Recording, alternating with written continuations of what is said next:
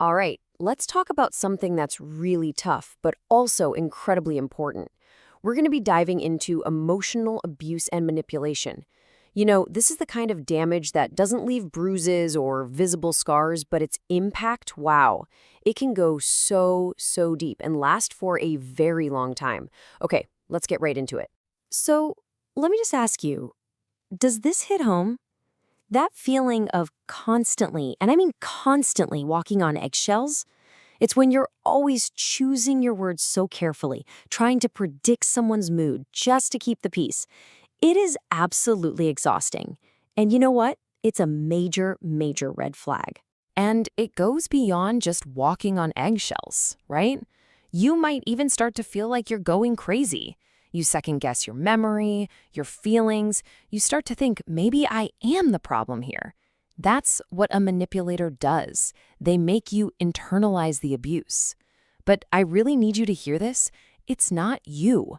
It's a symptom of a much larger dynamic at play. And that brings us to this whole idea of invisible damage. See, unlike physical abuse, this isn't usually some big dramatic explosion. It's more like a slow, quiet creep. It's so insidious, so subtle, that a lot of the time, neither the abuser nor the victim is even fully aware that it's happening. So let's be really clear about what we're talking about. At its absolute core, emotional abuse is a pattern of behavior. That's the key word here. It's not about one bad argument. It's a consistent, ongoing effort to gain power and control over you, to dominate you, and to just slowly chip away at your sense of self until you feel small and dependent. And here's the thing. This kind of behavior isn't random. Manipulators have a playbook, a set of go-to tactics they use over and over again to maintain control. So let's open up that playbook and take a look at some of the most common plays they run. First up, the big one, gaslighting. You've probably heard this term, and for good reason. It is a truly sinister tactic where someone deliberately twists reality to make you doubt everything, your memory, your perception, even your own sanity. And what's so wild is how familiar these phrases can sound. You say, hey, what you did hurt me, and they fire back with, you're just being too sensitive. Or they'll just flat out deny reality. That never happened. The goal is always the same, to make you stop trusting your own instincts.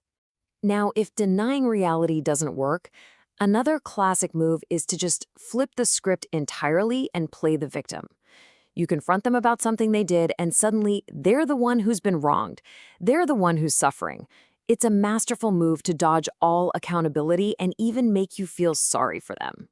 This next tactic is especially dangerous: isolation. A manipulator knows that their power over you is strongest when you're alone. So they'll start trying to cut you off from your support system, your friends, your family. They might criticize the people you love or start a fight every time you try to see them. Why? Because an isolated person is much easier to control. And then you've got that slow, steady drip of constant criticism. It's not always shouting. Sometimes it's disguised as just joking or helpful advice. But it's always there, pointing out your flaws, belittling your achievements. And over time, that constant drip just erodes your confidence until you feel like you're not good enough. Okay, pay very close attention to this phrase. It sounds like an apology, right, doesn't it? But it is the ultimate non-apology. A real apology takes ownership of an action. This phrase does the opposite. It basically says, my actions were fine, your feelings are the problem. It's an expert way to take zero responsibility. And this really highlights one of the biggest red flags of them all, a giant canyon between their words and their actions. They'll say all the right things, promise you the world, but their behavior, it tells a completely different story. So here's the rule. Always trust someone's actions over their words. Actions never lie. So why? Why do people do this? What is going on underneath it all? Well, that brings us to a really crucial piece of the puzzle: a profound lack of empathy. Empathy is the glue of human connection. It's that basic ability to put yourself in someone else's shoes, to feel what they're feeling. When that is missing, it creates this psychological vacuum where all sorts of destructive behavior can grow. This anecdote right here is a perfect example. A person who lacks empathy just can't share in your joy. Why? Because to them, your success, your happiness, it feels like a threat. It feels like a loss for them. So instead of celebrating with you, they have to find a way to tear it down. So you see, this empathy deficit isn't just some abstract idea. It has real-world consequences for you. It's why they can be so dismissive of your feelings. It's why they don't seem to care when you're hurt. To them, your feelings just aren't as real or as important as their own.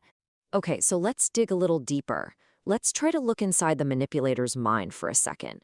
What's really driving this behavior? Well, sources point to a few key things. It almost always comes from a deep-seated need for power and control, which, ironically, is usually covering up some massive insecurities. We also see high rates of certain personality disorders in these patterns. But really, the bottom line is this. They tend to see other people not as human beings, but as objects to be used for their own benefit. And this is maybe the most important thing to get. No matter the psychological reason, no matter the insecurity, it doesn't excuse the behavior, because abuse is a choice. These are not uncontrollable accidents. They are choices, whether conscious or subconscious, to exert power over another person. Recognizing these patterns is a huge, huge first step. Seriously, give yourself credit for that. But what comes next? How do you go from simply recognizing the abuse to actually reclaiming your power and your life? Let's talk about some real actionable strategies.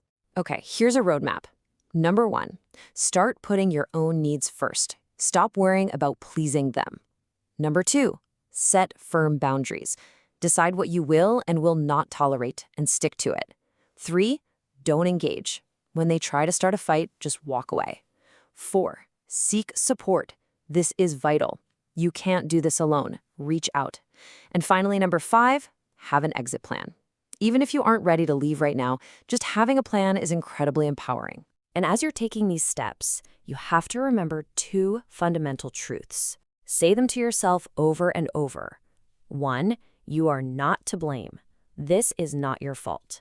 And 2, you cannot fix them. It's not your job to fix them. The only person you are responsible for healing is you. You know, here's a really simple but powerful gut check. Just ask yourself this question: does my life feel more peaceful, less chaotic, less confusing when this person isn't around? That feeling, that's your intuition telling you something really, really important. Listen to it. So we'll end on this final thought. I know that thinking about ending a relationship, no matter how toxic it is, can be terrifying.